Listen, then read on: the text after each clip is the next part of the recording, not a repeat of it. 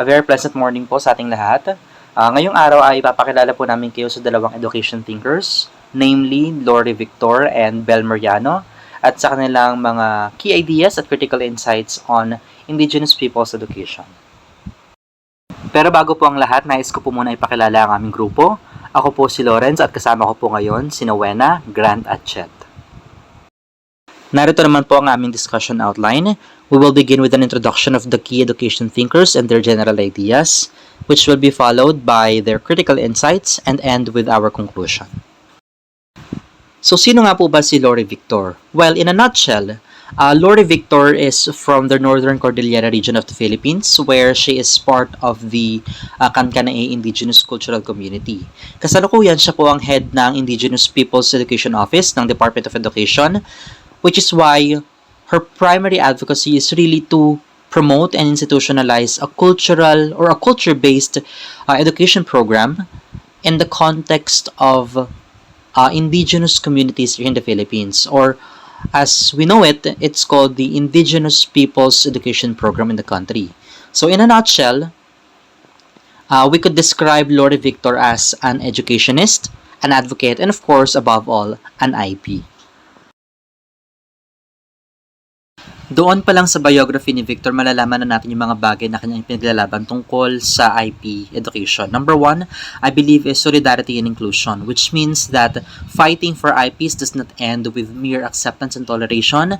Kailangan din natin tumayo in solidarity with them. We must promote in solidarity within themselves and including them in education, which can be advanced through, number one, perspective. Not just the way we see them, but also the way they see themselves. We must help them in recognizing and valuing their own indigenous worldviews and histories, wherein language and communication plays a pivotal role. Secondly, I believe this is one of the highlights of Victor's talk, through policy. We must endeavor the institutionalization of rights-based and culturally responsive educational frameworks for our teachers and learners from the indigenous cultural communities. Next is through practice, by implementing and actualizing our research findings, our theories, and our commitments in classrooms and in the education sector.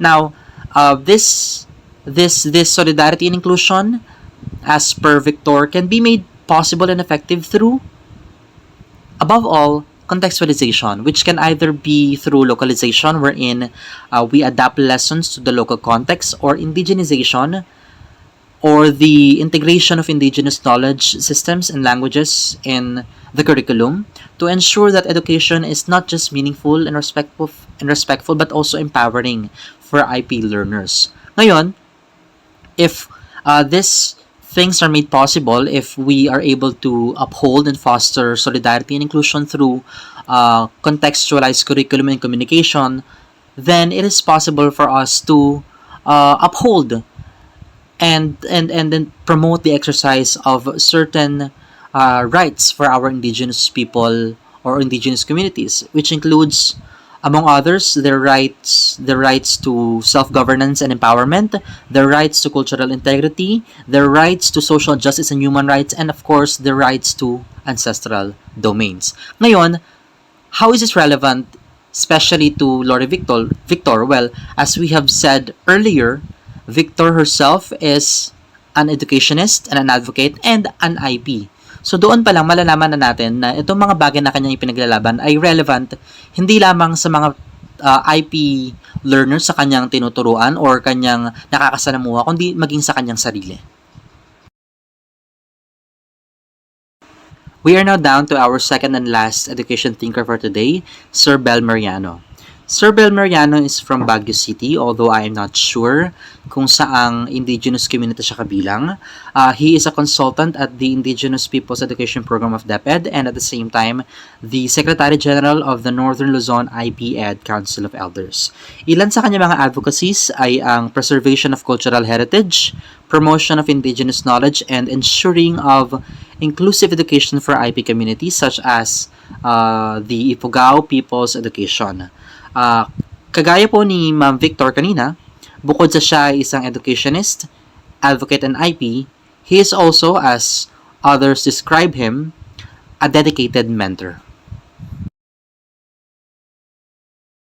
Ngayon, ito pong key ideas ni Sir Belmer ay hindi po nalalayo sa key ideas ni Ma'am Lourie Victor. Meron din po magpapahalaga sa cultural identity at sa inclusion nito sa curriculum development and policy making ng education sector. Ngayon, ang nais ko pong bigyan din sa kanyang mga ideya ay ang kahalagahan ng cultural innovation and community and governance. According to Sir Belmer the current curriculum that we have now aims to facilitate cultural innovation rather than cultural assimilation to allow students, especially IP learners, to think in multiple ways and appreciate not only their own distinct cultures but also those of others. Pangalawa, binigyan din po niya yung community and governance. According to him, it is necessary to have a collaboration between IP communities and educational institutions because for him, IP education involves partnerships and local governance in order for us to tailor national policies to fit regional or local context. Naalala ko dito yung sinabi ni Ma'am Lourie sa isang talk niya na kung saan kasing bigat kung hindi man mas mabigat na trabaho ng national government or sa national context, yung trabaho ng DepEd sa local or regional context. Kasi nga, indigenous communities, as we know, they are very diverse. They have diverse cultural identity. Kaya napakahalaga na we tailor these policies and frameworks into local and regional contexts. Ngayon, doing so, it will allow us to achieve the following. Number one, empowered Indigenous learners. Students who embody their cultural identity and demonstrate knowledge of their heritage. And graduates who can think critically and incorporate various knowledge systems into their lives. Pangalawa, we can also promote culturally relevant education. An educational system na sumasalamin sa cultural diversity and knowledge system na meron ng mga indigenous cultural community sa ating bansa. Meron din siyang improved relevance, itong K-12 curriculum for IP students, which will lead to a better academic and personal outcome. And finally, isa sa pinakamahalagang bagay na dapat nating bigyang pansin sa indigenous communities, yung strengthened community relations or community ties. Dahil nabanggit din ni Ma'am Victor kanina na minsan sa mga indigenous communities, yung mga nakapag-aral, sila pa yung nakakalimot doon sa kanilang mga kasama sa pamayanan. Kaya napakahalaga ng sinabi ni Sir Belmer tungkol sa kahalagahan ng community and governance because it may enhance collaboration between educational institutions and indigenous communities, which may result in shared ownership of educational programs and increase appreciation and respect for indigenous cultures across broader society. So now we move on to the strengths. So you can see here from Yano's speech, we learned that IP education is a special way of teaching that helps Indigenous students feel proud of who they are. It's not just about wearing traditional clothes or dancing. It's about learning to think and live in ways that honor your culture, your language, and your people's knowledge. Instead of teaching just one way, IP Ed brings together many ways of knowing. It says that what Indigenous communities know about nature, life, and the world is just as important as what's in regular textbooks. It also gives power to the community. Elders, parents, and leaders can help decide what and how students learn so that school feels more connected to the world around them. And finally, IP Ed helps us think differently, not just to copy what we're told, but to ask questions, understand other views, and grow in the way we see the world. It's about learning with pride, with purpose, and with heart. Naman, IP Ed isn't just about memorizing facts. It's about learning through talking, sharing stories, and working together. It's more about how we learn than just what we learn. Instead of only using classrooms, IP Ed uses community spaces like farms, rivers, and even gathering areas as places to learn. These are spaces where people already share and discover ideas, so learning feels more real and connected to everyday life. IP Ed also respects each student's identity. In a country with so many different indigenous groups, teachers will be trained to be aware of who their students are so that lessons are meaningful for each one. Rather than just localizing lessons, IP Ed also goes deeper with indigenization. That means teaching in a way that truly reflects the indigenous ways of life, thinking, and understanding the world. In short, IP Ed helps students learn through experience, connect with their culture, and grow in a way that feels true to who they are. As for the limitations naman, Yano shows us in his speech that even though IP Ed is a great idea, it hasn't been fully used in schools yet. One big reason is that many teachers don't really know what IP Ed is, or they think it's just about old traditions that don't matter anymore. This happens because there hasn't been enough training or clear explanations for them. Some teachers have also gotten used to teaching in a very Western or city-based way, which makes it hard for them to understand or teach Indigenous ways of thinking and learning. Creating a curriculum that includes many Indigenous groups is also very difficult. It can take a while because there are so many different traditions and ways of learning across the Philippines. And even though there are national rules about IP Ed, local versions that fit each community are still missing. Another problem is when schools show culture in a very shallow way, like just doing a dance or wearing a costume, without really teaching the deeper meaning behind Indigenous knowledge and beliefs. Finally, for IP Ed to really work, schools need help from leaders, local governments, and even groups like TESDA. But right now, everyone isn't working together as well as they should.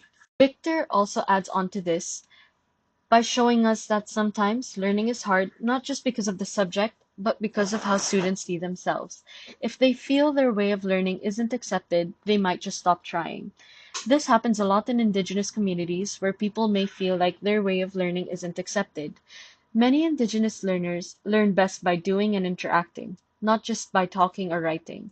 But schools often focus on reading and tests, which doesn't work for everyone. There are many different groups in the Philippines, and therefore it's hard to create lessons that fit all of them. Sometimes what's in textbooks doesn't match the real lives of Indigenous students, so the lessons don't feel meaningful. Teachers also struggle to make lessons more connected to the community, and since many Indigenous students grow up speaking more than writing, things like punctuation and writing direct answers can be difficult. We also have to be careful not to forget the other ways of learning, like storytelling and observing. Schools should make space for all types of learning, not just what's written in books. Now, let's dive sa applications to the current educational concerns. First is yung decolonizing the curriculum. The IP education programs represents a clear shift away from colonial education models that often ignore or erase indigenous histories and knowledge systems. In the article, Victor and Yano emphasize the importance of letting indigenous peoples define what education means for their children. This includes teaching native languages, oral traditions, community values, and indigenous governance system, which are often overlooked in standard textbooks. And by affirming this as valid and essential content, IP education challenges the dominance of Western-centric knowledge and paves the way for an education system that respects cultural diversity and identity. Second is addressing learning loss and inequality. So the document highlights how education must be contextualized and community-based to truly serve indigenous learners. And during the crisis like the COVID-19 pandemic, where access to digital learning was uneven and IP communities were among the most vulnerable. So IP education's approach, rooted in community engagement, localized teaching, and respect for indigenous ways of learning, can guide more inclusive recovery plans that bridge learning gaps. And it promotes equity by ensuring education systems respond to the learner's unique context, not just national or urban norms. Next is the climate and environmental education. The authors recognize indigenous knowledge systems as deeply tied to the land, ecology, and sustainable living. This makes IP education a rich resource for teaching environment, responsibility, and climate adaptation. For example, indigenous practices related to resource management, conservation, and biodiversity can be integrated into science and social studies curricula. By using the IP education, schools can move beyond abstract environmental topics and teach place-based ancestral knowledge that nurtures respect for nature and sustainable living that is critical in today's climate crisis. Fourth is the peace building and social cohesion. IP education promotes intercultural understanding by recognizing and validating indigenous identities within the formal education system. Historically, indigenous people have been excluded, discriminated against, and stereotyped, leading to mistrust and social division. By embedding their stories, struggles, and wisdom into the curriculum and involving them in school governance, IP education fosters mutual respect, combats prejudice, and contributes to social healing and peace building, especially in conflict affected or marginalized areas. Lastly is the global relevance of local innovations. Victor and Yano's case study positions the Philippines as an innovator in rights-based, culturally responsive education. The IP education framework anchored on UNDRIP, a national policy, offers a replicable model for other multicultural and post-colonial countries struggling with educational exclusion of indigenous or minority groups by showing how policies, consultation, and community ownership can coexist in public education. The IP education experience becomes a valuable example of global-local synergy, making indigenous inclusion not just a local concern but a universal educational imperative. Reflecting on the ideas of Lourie Victor and Belmer, it is clear that Indigenous peoples' education is more than just a policy. It is a call to transform education into a space of justice, inclusion, and cultural integrity. Their insights challenge us to go beyond surface-level inclusion and instead deeply engage with the identities, knowledge systems, and lived realities of Indigenous communities. The implications of these insights are extremely important. Victor's emphasis on solidarity, contextualization, and rights-based education highlights the need to recognize the agency of Indigenous peoples in defining what and how they learn. Yano's work complements this by focusing on cultural identity, innovation, and community-based governance, which reminds us that learners thrive when their heritage is not only acknowledged but also honored in the curriculum. Together, their perspectives urge us to think of education as a tool for empowerment, not assimilation. Our group collectively take away the reminder that education should never be a one-size-fits-all system. It must be dynamic, responsive, and respectful of diversity. We are inspired by how IP education turns the classroom into a space for mutual learning, in which both teachers and students grow through dialogue, shared experiences, and rootedness in culture. Before we end, we would like to leave you a few questions to ponder. One is to how can we ensure that the education we provide is truly inclusive and not just symbolic? Two, how can we shift from teaching about culture to teaching through culture? And three, how can we embrace indigenous ways of learning, especially those that challenge dominant academic traditions and practices? To end, we would like to mention that IP education is more than just a policy implementation. It is a movement towards justice, inclusion, and identity formation. Let us reimagine education as a space where life and culture are honored and nurtured.